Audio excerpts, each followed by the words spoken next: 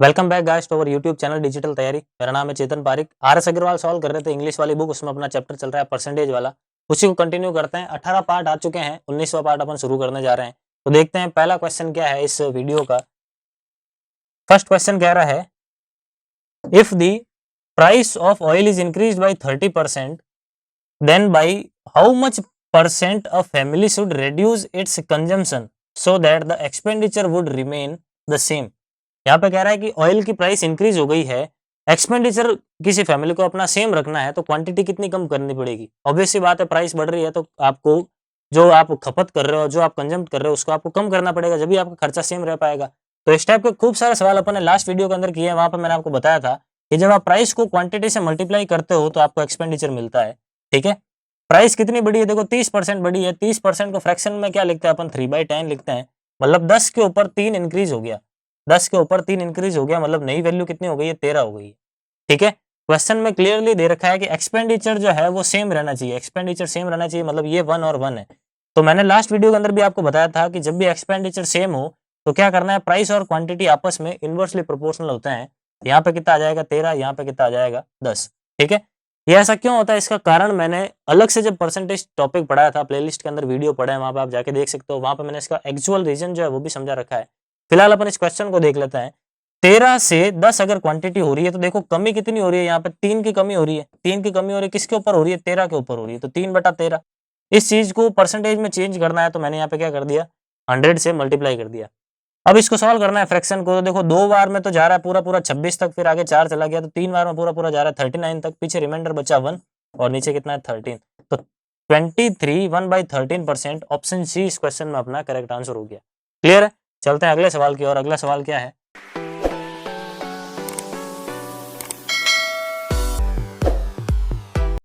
The price of wheat falls by 16%. By what percentage a person can increase the consumption of wheat so that his overall budget does not change? बिल्कुल same सवाल है जो भी अपन ने last वाला किया था, ये मैं आपके लिए छोड़ता हूं। चलते हैं अगले सवाल की ओर। The price of oil is increased by 25%. If the expenditure is not allowed to increase, the ratio between the reduction in consumption and the original consumption will be। देखो क्या हो रहा है यहाँ पे, प्राइस क्वांटिटी और एक्सपेंडिचर वाला सवाल ही है, बिल्कुल सेम सा सवाल है, थोड़ा अलग करके पूछा गया है। 25% इंक्रीज हो रही है प्राइस, ऑयल की जो प्राइस है वो 25% इंक्रीज हो रही है। 25% को आप क्या लिखते हो, 1/4 लिखते हो। अगर 4 के ऊपर 1 इंक्रीज हो रहा है, मतलब जो प्राइस पहले 4 यूनिट थी अब वो कितनी हो गई है, 5 यूनिट्स हो गई है। यहाँ तक क्लियर है। सवाल में दे रखा है कि एक्सपेंडिचर जो है वो सेम रहना चाहिए, इंक्रीज या डिक्रीज कुछ भी नहीं होना चाहिए, मतलब एक्सपेंडिचर सेम रहना चाहिए, अपन को क्वेश्चन में दे रखा है। तो अभी जस्ट लास्ट सवाल में अपन ने देखा था, सेकंड लास्ट सवाल में, कि जब भी एक्सपेंडिचर सेम हो तो ये दोनों आपस में उल्टा रहेंगे, रेसिप्रोकल रहेंगे, इनवर्सली प्रोपोर्शनल रहेंगे। ठीक है, मतलब जहां पे पहले 5 कंजम्पशन था, अब वहां पे अपना कंजम्पशन कितना हो गया है, 4 का हो गया है। तो सवाल में आपको पूछा है रेशियो फाइंड करना है, reduction in consumption and the original consumption. Reduction in consumption कितना है, देखो 1 यूनिट का कंजम्पशन जो है रिडक्ट हुआ है, और यहाँ पे ओरिजिनल कंजम्पशन था कितना, 5 था, तो इन दोनों का रेशियो कितना आ रहा है, 1:5 आ रहा है। 1:5 यानी ऑप्शन सी इस क्वेश्चन में अपना करेक्ट आंसर हो जाएगा। क्लियर, अगला सवाल देख लेते हैं। नेक्स्ट क्वेश्चन क्या है, the price of sugar per KG is increased from 16 rupees to 20 rupees. The percentage reduction in the use of sugar so that the expenditure does not increase should be. बिल्कुल same सा सवाल है जो भी अपन ने किया था। देखो प्राइस क्वांटिटी और एक्सपेंडिचर, प्राइस क्वांटिटी को मल्टीप्लाई करता है तो एक्सपेंडिचर मिलता है। प्राइस जहां पे पहले 16 रुपए पर केजी थी, वहां पर 20 रुपीज पर केजी हो गई है। सवाल में दे रखा है एक्सपेंडिचर सेम रहना चाहिए, तो इसका मतलब ये आपस में क्रॉस हो जाएंगे, उल्टा लिख दूं 20 से 16। ठीक है, अब अगर 20 की चीज 16 बन रही है तो यहाँ पे कमी कितनी हो रही है, देखो 4 की कमी हो रही है। 4 की कमी हो रही है, यहाँ पे किसके ऊपर हो रही है, वो 20 के ऊपर हो रही है। इस चीज को परसेंटेज में चेंज करना है, यहाँ पे कितना हो रहा है, देखो 1/5, और 1/5 किसके इक्वल होता है, 20% के इक्वल होता है। तो 20% ऑप्शन बी इस क्वेश्चन में अपना करेक्ट आंसर हो जाएगा। क्लियर है, अगला सवाल देखते हैं। नेक्स्ट क्वेश्चन क्या है, the price of sugar increases by 32%। A family reduces its consumption so that the expenditure of the sugar is up only by 10%। ये कह रहा है कि शुगर की जो प्राइस है वो 32% बढ़ गई। ठीक है, सवाल कह रहा है कि आगे जो फैमिली है उसने अपना कंजम्पशन जो है कुछ इस तरीके से कम किया कि उसका जो ओवरऑल खर्चा है वो केवल 10% से इंक्रीज हो। मतलब पहले जो भी खर्चा हो रहा था उस पर 10% ज्यादा खर्चा हो रहा है, तो ठीक है, फैमिली कह रही है हम थोड़ा सा कंजम्पशन थोड़ा कम कर लेंगे। आगे क्या गिवन है देख लेते हैं। If the total consumption of the sugar before the price rise was 10 kg per month, then the consumption of sugar per month at present is, मतलब पहले अगर पर मंथ 10 केजी शुगर का कंजम्पशन होता था तो अब कंजम्पशन कितना होता है ये आपको फाइंड करना है। तो बिल्कुल सेम सवाल है, वही सवाल है, देखो प्राइस, क्वांटिटी और यहाँ पे एक्सपेंडिचर। प्राइसेस जो है 32% इंक्रीज हो रही है। देखो 32% को फ्रैक्शन में अपन क्या लिखेंगे, 32/100, 4 से काटा जब मुझे यहाँ पे मिल गया 8 और इसको 4 से काटने पर कितना मिल गया 25, यानी 25 के ऊपर 8 इंक्रीज हो गया। यानी जो प्राइस पहले 25 थी उसके ऊपर 8 इंक्रीज हो गया और वो प्राइस कितनी बन गई, 33 बन गई। ठीक है, ये है ओल्ड प्राइसेस और ये है न्यू प्राइसेस। क्वांटिटी के अंदर कुछ इस तरीके से कमी की कि जो खर्चा है वो 10% इंक्रीज हो, एक्सपेंडिचर जो है वो 10% इंक्रीज हो। देखो अब तक जो सवाल आ रहे थे उसमें क्या था, एक्सपेंडिचर सेम होता था, 1-1 होता था, तो 1-1 होता था तो अपन इसको क्रॉस करके उल्टा करके लिख देते थे। लेकिन इस बार ऐसा कुछ नहीं है, इस बार क्या है, कंजम्पशन जो एक्सपेंडिचर है वो भी 10% से इंक्रीज हो रहा है। तो 10% को फ्रैक्शन में अपन क्या लिखते हैं, 1/10 लिखते हैं।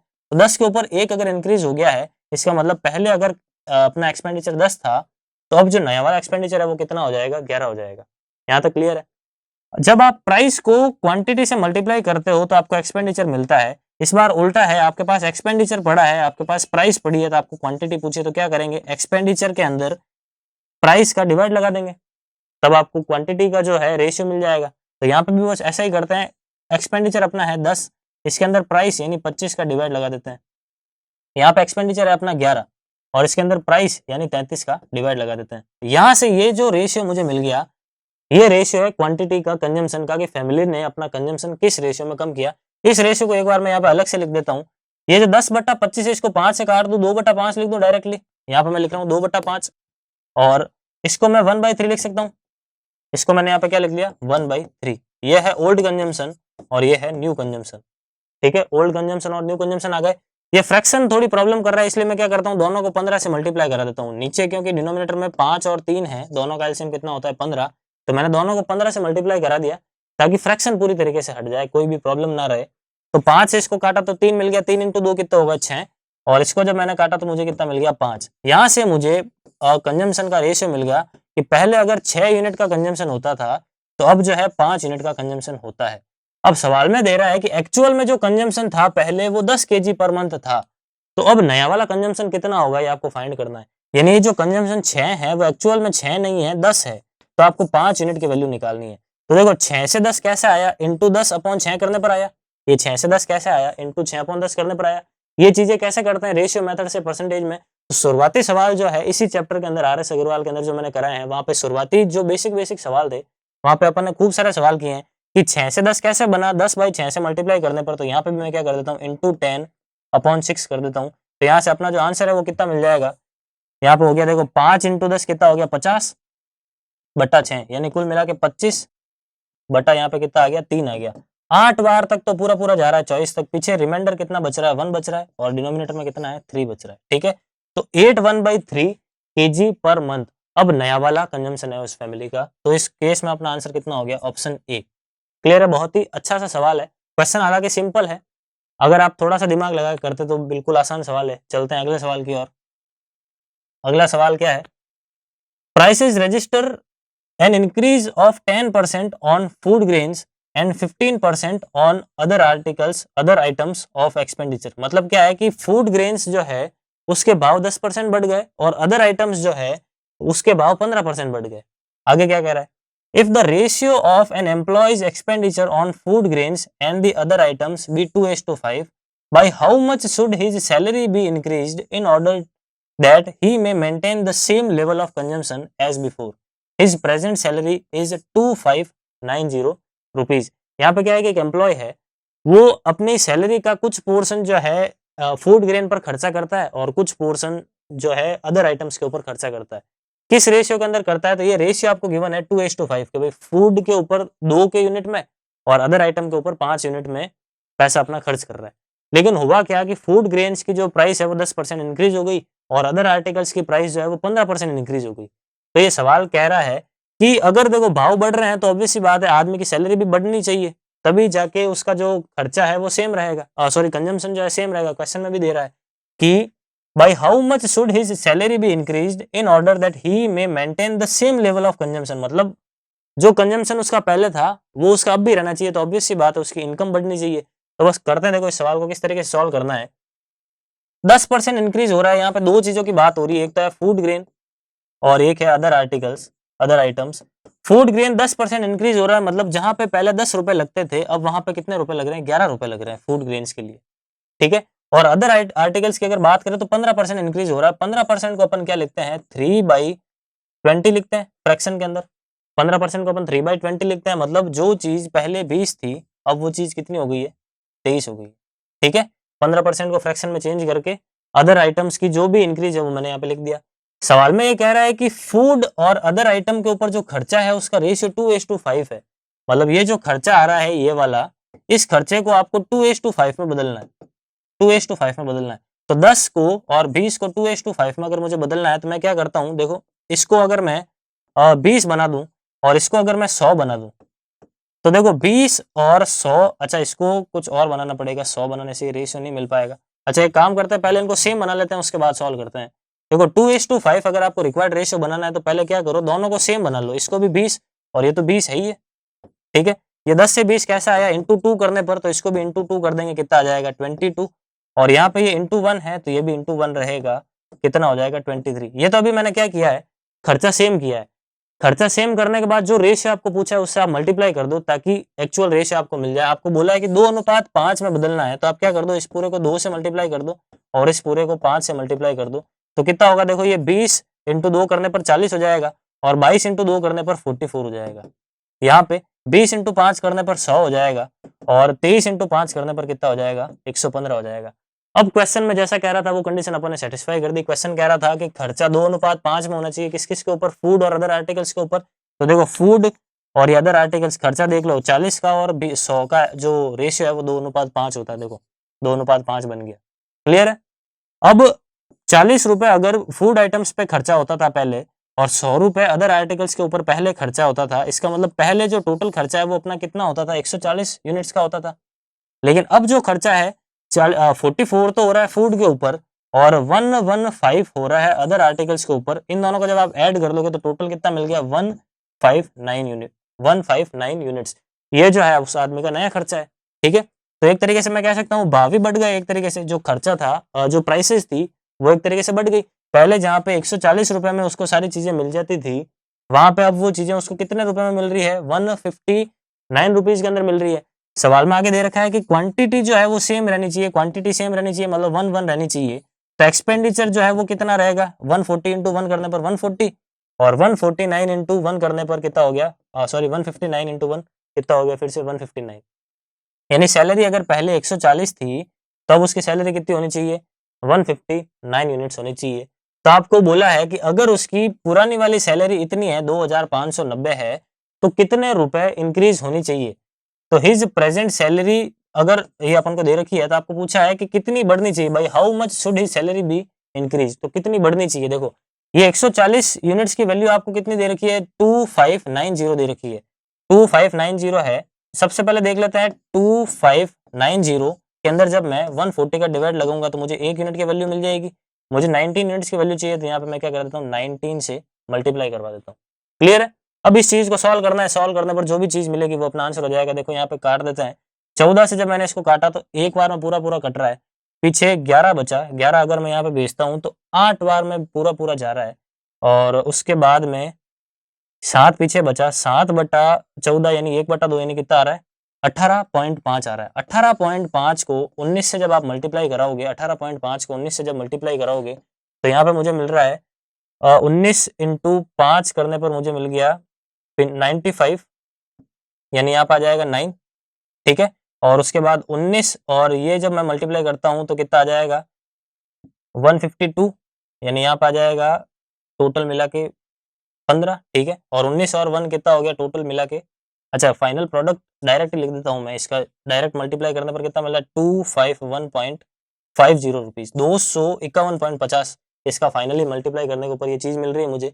और यहाँ पे ऑप्शन के अंदर ऐसा कुछ नहीं है अपने पास, तो इस क्वेश्चन में अपना करेक्ट आंसर क्या होगा, नन ऑफ दीज हो जाएगा। क्लियर है, सिंपल सा है। 18.5 को 19 से मैंने मल्टीप्लाई किया है यहाँ पे, एक बार मल्टीप्लाई आप भी करके देख लेना, करेक्ट आंसर जो भी है आप यहाँ पे मार्क कर देंगे। नन ऑफ दीज है आई थिंक इसका आंसर। चलते हैं अगले सवाल की ओर। नेक्स्ट क्वेश्चन क्या है, in the year 2010 5,000 students were admitted in a college, it is found that the number of students admitted is constantly increasing by 24% per year. How many students will be admitted in the college in the year 2012? मतलब 2010 के अंदर आपको दे रखा है कि number of student 5000 थे, तो आपको पूछा है 2012 के अंदर नंबर ऑफ स्टूडेंट्स कितने होंगे। अगर पर ईयर 24% इंक्रीज हो रही है नंबर ऑफ स्टूडेंट्स की वैल्यू, पर ईयर अगर 24% इंक्रीज हो रही है, देखो 24% को फ्रैक्शन में क्या लिखते हैं, 24/100 लिखते हैं। अगर मैं 4 से काटता हूँ तो 6 मिल रहा है, 4 से काटता हूँ तो मुझे कितना मिल रहा है, यहाँ पे 25 मिल रहा है। ठीक है, यानी 25 के ऊपर 6 इंक्रीज हो रहा है, यानी जो चीज पहले 25 थी वो चीज अब कितनी हो गई, 26 हो गई। सॉरी 6 इंक्रीज हो गई मतलब 31 हो गई। 25 के ऊपर 6 इंक्रीज हो गई, इसका मतलब 31 हो गई। ठीक है, और ये पर एनम है, ये जो 24% है वो पर एनम है, लेकिन यहाँ पे मैं क्या कर रहा हूँ 2010 से 2012 की तरफ जा रहा हूँ, यानी 2 साल का मैं यहाँ पे गैप ले रहा हूँ। इसका मतलब ये जो 25 से 31 है वो कितनी बार लिखूंगा, मैं 2 बार लिखूंगा। 25 से 31 जितनी साल का गैप है उतने ही साल आपको ये इस तरीके से आगे बढ़ा कर लिखना है। ठीक है, अगर 3 होता तो मैं 25 से 26, मान लो यहाँ पे 2013 होता 2012 की जगह, तो यहाँ पे मैं 25 से 31 एक बार और लिख देता। ठीक है, अब इस चीज को सॉल्व कर देते हैं। देखो 25 × 25 कितना हो गया, 25 × 25 हो गया 625, और 31 × 31 अगर मुझे करना है तो ये कितना आ जाएगा, यहाँ पे 1, यहाँ पे आ गया 3, 31 × 3 करने पर 93, और 3 कितना हो गया 96। ठीक है, 961 ये अपनी न्यू वैल्यू हो गई। ये कह रहा है कि एक्चुअल जो नंबर ऑफ स्टूडेंट्स है वो 5000 है, यानी जो 625 है वो एक्चुअल में 625 नहीं है, 5000 है। तो आपको 5000 में जब आप 625 का डिवाइड लगा दोगे तो आपको 1 यूनिट की वैल्यू मिल जाएगी। मुझे क्या करना है, यहाँ पे 961 यूनिट्स की वैल्यू फाइंड करनी है, तो यहाँ पे मैं क्या करता हूँ 961 से मल्टीप्लाई करवा देता हूँ। क्लियर है, अब इस चीज को सॉल्व करना है। देखो 25 से जब मैं काटता हूँ ये 25 मिल गया, 25 से जब इसको काटता हूँ तो मुझे यहाँ पे 200 मिल गया, 25 से अगेन मैं जब काटता हूँ तो यहाँ पे मुझे 8 मिल गया। अब 8 को इससे मल्टीप्लाई करना है, तो यहाँ पे आ गया 8, और यहाँ पे 48 की वजह से 8 यहाँ पे आ गया 4, और 72 और 4 कितने हो गए, 72 और 4 हो गए 76, यानी 7688, यानी ऑप्शन सी इस क्वेश्चन में अपना करेक्ट आंसर हो गया। क्लियर है, सिंपल सा ये सवाल था। चलते हैं अगले सवाल की ओर। अगला क्वेश्चन क्या है, the salary of an employee increases consistently by 50% every year. If his salary today is 10,000 rupees, what will be the salary after another 4 years. तो उसकी सैलरी 4 साल बाद में कितनी होगी। देखो प्रेजेंट की बात चल रही है एक तो, और एक चल रही है 4 साल बाद की बात। 4 साल बाद की बात चल रही है, इसका मतलब 4 स्टेप के अंदर लिखेंगे। बिल्कुल सेम सवाल है जो पहले वाला किया था, 4 बार में लिखेंगे। 50% इंक्रीज हो रहा है, 50% को आप क्या लिखते हो, 1/2 लिखते हो, तो 2 के ऊपर 1 इंक्रीज हो रहा है। इसका मतलब जो चीज पहले 2 थी वो चीज अब कितनी हो गई, 3 हो गई, यानी 2 से 3। और ये 2 से 3 में कितनी बार लिखूंगा, 4 बार लिखूंगा, क्योंकि यहाँ पे 4 साल बाद की बात चल रही है। तो यहाँ पे 2 से 3, 2 से 3 और 2 से 3 मैं कितनी बार लिख दूंगा, टोटल 4 बार लिख दूंगा। अगर 5 साल की बात होती तो 5 बार लिख देता, 2 साल की बात होती तो 2 बार लिख देता। ठीक है, अब यहाँ पे इन सबको मल्टीप्लाई करवाना है और इस सारी कैलकुलेशन को सॉल्व करना है। 2 × 2 कितना हो गया 4, 2 × 2 4, और 4 × 4 कितना हो गया 16, और 3 × 3 9, 3 × 3 9, 9 × 9 कितना हो गया 81। यानी जो चीज पहले सैलरी 16 थी अब वो कितनी हो गई 81 रुपीज हो गई है। यानी 16 एक्चुअल में सैलरी 16 थोड़ी थी, एक्चुअल में सैलरी 10,000 थी। तो 1 यूनिट की वैल्यू यहाँ से कितनी आएगी, तो 1 यूनिट की वैल्यू आ जाएगी 10,000 बट्टा 16। आपको निकालनी है 81 यूनिट्स की वैल्यू, तो यहाँ पे आप 81 से मल्टीप्लाई कर देंगे। ठीक है, इसको सॉल्व करने पर जो वैल्यू मिलेगी वही अपना आंसर है। 4 से काट देते हैं, 4 मिल रहा है, 4 से इसको काटते हैं तो यहाँ पे मिल रहा है मुझे 2500। 4 से इसको काटते हैं तो यहाँ पे देखो 6, 2 और 5 625 मिल रहा है। और इन दोनों को जो मल्टीप्लाई करवाते हैं 625 इंटू 81 मल्टीप्लाई करवाना है, तो देखो इसको मल्टीप्लाई करने पर यूनिट डिजिट में केवल 5 आ रहा है। यूनिट डिजिट क्या आना चाहिए 5, 5 करके ये भी नहीं है, ये भी नहीं है, ये भी नहीं है। तो इसका आंसर क्या होगा, या तो ऑप्शन सी होगा या फिर नन ऑफ दीज होगा। एक्चुअल जो है आप मल्टीप्लाई करके सॉल्व करके आप खुद ही देख ले। कैलकुलेशन वाला पार्ट मैं आपके लिए छोड़ता हूँ। इसका आंसर या सी है या ई है, आप एक बार मल्टीप्लाई कर लें, अगर ये चीज आ जाती है तो यही आंसर है, नहीं तो फिर नन ऑफ दीज इस क्वेश्चन में अपना करेक्ट आंसर हो जाएगा। क्लियर, आगे बढ़ते हैं अगले सवाल में। A district has 64,000 inhabitants. If the population increases at the rate of 2.5% per annum, then the number of inhabitants at the end of 3 years will be। ये कह रहा है कि प्रेजेंट में, यानी किसी गांव में, किसी सिटी में प्रेजेंट में 64,000 लोग रहते हैं और हर साल 2.5% इंक्रीज हो रही है जनसंख्या, वहां की पॉपुलेशन हर साल 2.5% इंक्रीज हो रही है। तो पूछ रहा है कि 3 साल बाद जनसंख्या कितनी होगी, 3 ईयर्स आफ्टर जो है पॉपुलेशन कितनी होगी आपको फाइंड करना है। बिल्कुल सेम सवाल है जो भी अपन ने 2 सवाल किए, 2-3 सवाल अपन ऐसे कर चुके हैं। वैसा वैसा सवाल है। एक सवाल ये मैं आपको खुद करवा देता हूँ, आगे आने वाले जो सवाल होंगे वहां पे मैं स्किप करते हुए चलूंगा अगर वो सवाल सेम हुए। तो देखो 2.5% को सबसे पहले तो फ्रैक्शन में देख लेते हैं। 2.5% को सबसे पहले तो फ्रैक्शन में चेंज कर देते हैं। क्या होता है देखो, 2 इंटू 2 कितना होता है 4 और 1 कितना हो गया 5/2%। सबसे पहले सिंपल में लिख दिया, ये परसेंटेज का साइन हटा के यहाँ पे मैंने क्या लगा दिया, डबल जीरो लगा दिया। 5 से जब इसको काटा तो कितना मिल गया 40, यानी 2.5% को आप क्या लिख सकते हैं 1/40 लिख सकते हैं। 2.5% को अपन क्या लिख सकते हैं 1/40 लिख दिया मैंने।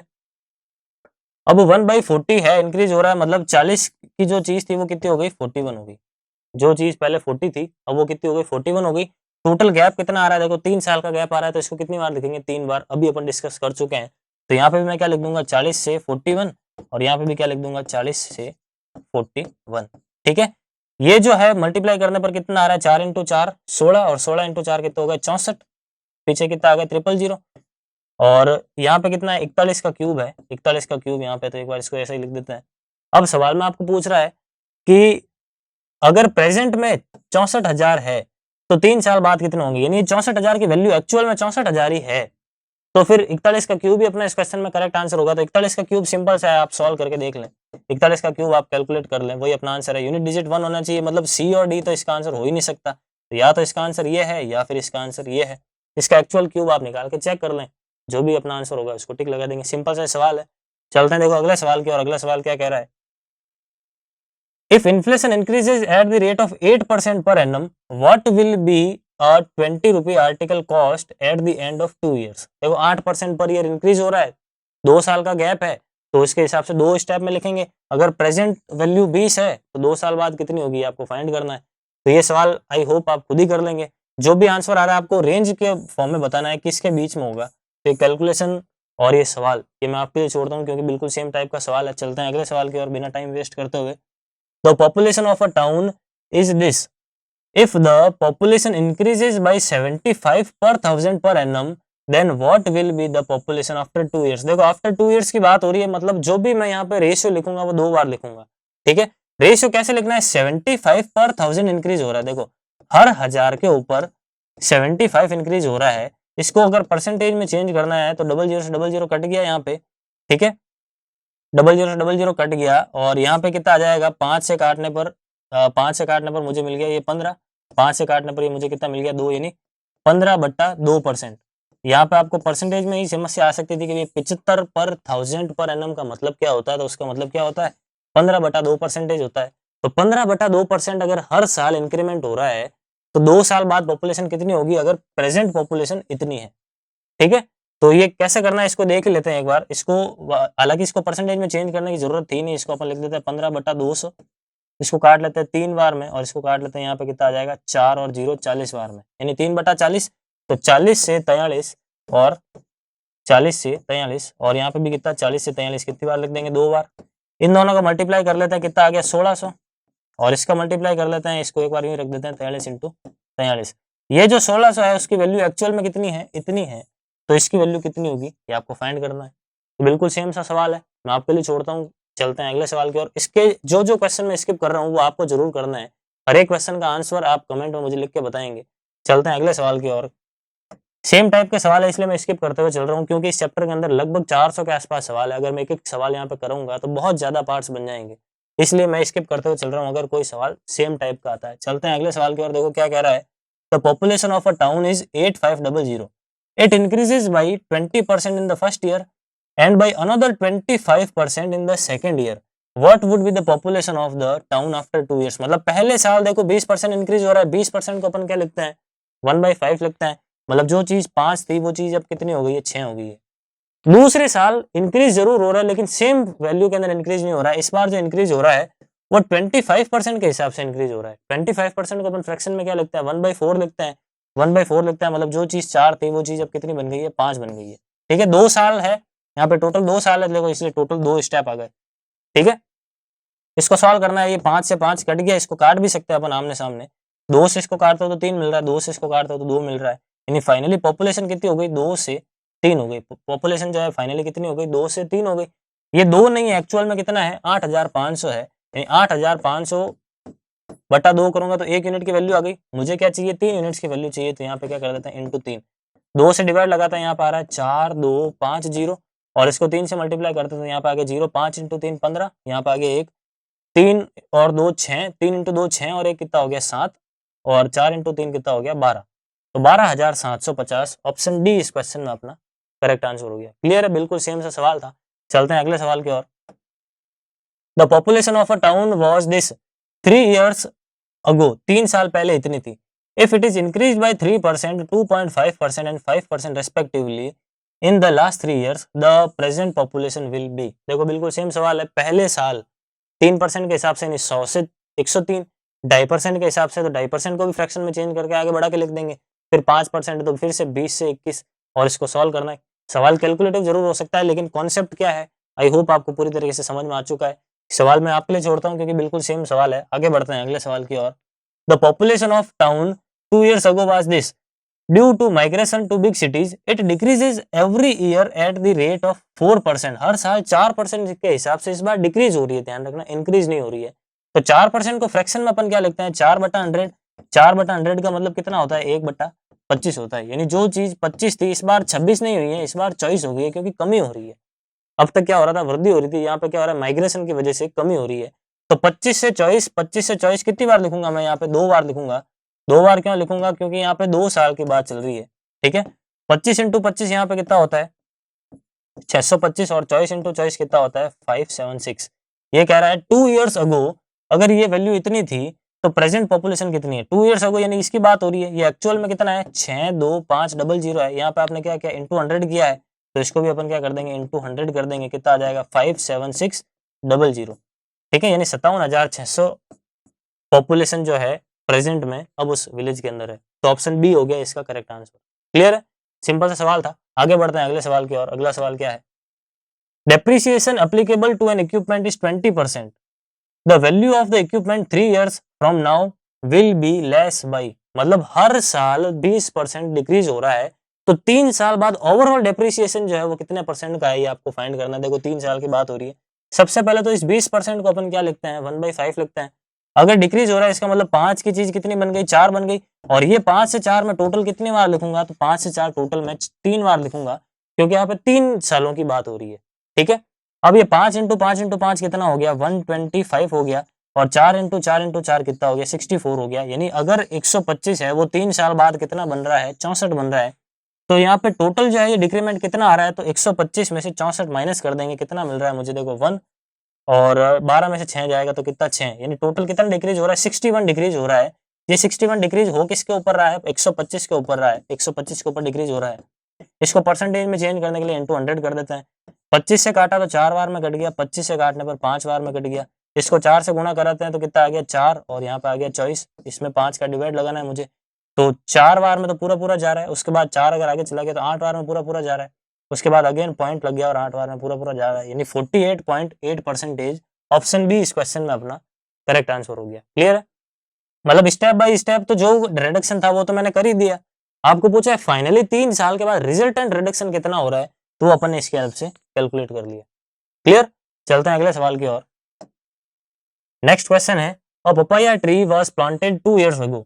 It grows at the rate of 20% per year. If at present the height of the tree is 540 centimeter, what was it when the tree was planted? देखो ट्री जो है 2 साल पहले प्लांट की गई थी। मान लो यहाँ पे प्लांट करने वाले समय की बात हो रही है और ये प्रेजेंट की बात हो रही है। ठीक है, एक तो है जब आपने प्लांट किया था और एक प्रेजेंट की बात चल रही है, 2 साल पहले प्लांट किया था। ये कह रहा है कि 20% पर ईयर इंक्रीज हो रहा है, 20% पर ईयर के हिसाब से उसकी हाइट इंक्रीज हो रही है। तो 20% को अपन क्या लिखते हैं 1/5 लिखते हैं। अगर इंक्रीज हो रहा है इसका मतलब 5 से हाइट कितनी हुई 6, 2 साल की बात है इसलिए 5 से 6 मुझे 2 बार लिखना पड़ेगा।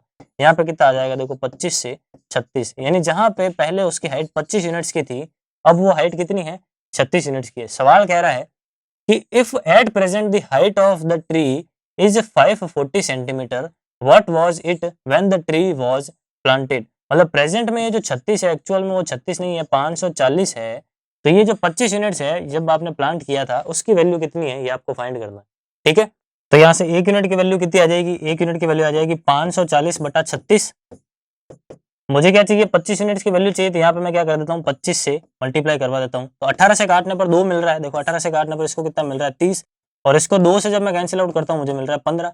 15 को जब मैं 25 से मल्टीप्लाई करूंगा तो 15 इंटू 5 कितने हो गए 75, यहाँ पे आ गया 7, 15 इंटू 2 30 और 7 कितने हो गए 37, यानी 375 इस क्वेश्चन में अपना करेक्ट आंसर होगा, यानी ऑप्शन बी इस क्वेश्चन में अपना करेक्ट आंसर होगा। क्लियर है? तो फिलहाल इस वीडियो के अंदर गाइस इतना ही रखते हैं। अगले सवाल, अगले जो क्वेश्चन है वो उनको अपन अगले वाले पार्ट्स के अंदर सॉल्व करेंगे। Thank you.